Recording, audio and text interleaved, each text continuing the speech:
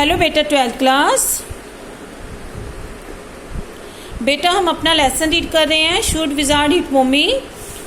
इसमें इसका टाइटल जो है इसमें क्या है, शुड विजार्ड हिट मम्मी। जो विजार्ड है, जो जादूगर है, वो क्या मम्मी की पिटाई करता है।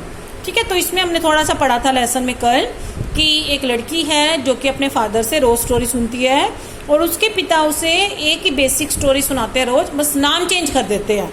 तो क्या स्टोरी थी कि एक जानवर होता है, उसे कोई प्रॉब्लम है, वो उल्लू के पास जाता है, उल्लू उसे विजार्ड के पास भेज देता है और विजार्ड उसके जादू करके प्रॉब्लम सॉल्व कर देता है। उसके बाद विजार्ड उससे पैसे मांगता है, लेकिन उस जानवर के पास उतने पैसे नहीं होते, तो वो जानवर को ये भी बता देता है कि वहां जाओ और वहां पे तुम्हें एक्स्ट्रा पैसे मिलेंगे, लाके मुझे दे देना। वो ऐसे करता है, वो पैसे दे देता है और फिर अपने घर जाता है, वहां पे जानवरों के साथ खेलता है। उसके बाद अपने घर जाता है। Just in time to hear the train whistle. कब जाता है घर?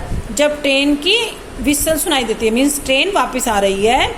That brought his daddy home from Boston. और ट्रेन का आने का मतलब ये है कि उसके पापा जो हैं बोस्टन से वापस घर आ रहे हैं। जैक डिस्क्राइब देयर सपर। उसके बाद जैक उनके खाने के बारे में भी बताता है अपनी लड़की को। And the story was over. उसके बाद स्टोरी खत्म हो जाती है। Working his way through this scheme was specially fatting on Saturday. और इस चीज पे वो काफी टाइम से कहानी सुना रहा है उसे। स्टोरी सुनाने का क्या मतलब था कि बच्चे जो है कहानी सुन सुन के सो जाते हैं, लेकिन सैटरडे को उसकी कहानी सुनाने का कोई भी फायदा नहीं होता था। बिकॉज जो नेवर फेल एस्लीप इन नैप्स एनी मोर, क्योंकि जो अब दोपहर में सोती नहीं थी।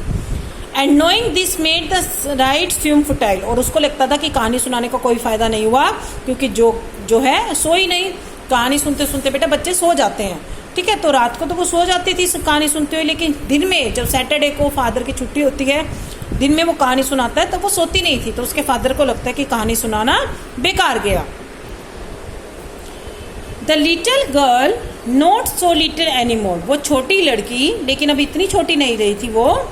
The bumps she feet made under the covers were halfway down the bed। वो क्या करती है, अपने पैरों को नीचे लटका लेती है बेड से, शरारतें कर रही है वो। Their big double bed that they let her be in the naps when she was sick। Their big double bed, वो बड़ा डबल बेड था। That they let her be in the naps, जहाँ पे वो दोपहर में सोती थी। मतलब नैप्स होता है छोटी सी नींद लेना, जैसे हम रात को तो बेटा 7-8 घंटे के लिए सोते हैं, लेकिन अगर कभी दिन में सोए तो 1 घंटा सफिशिएंट होता है, 1-1.5 घंटा। तो नैप्स उसी को कहते हैं।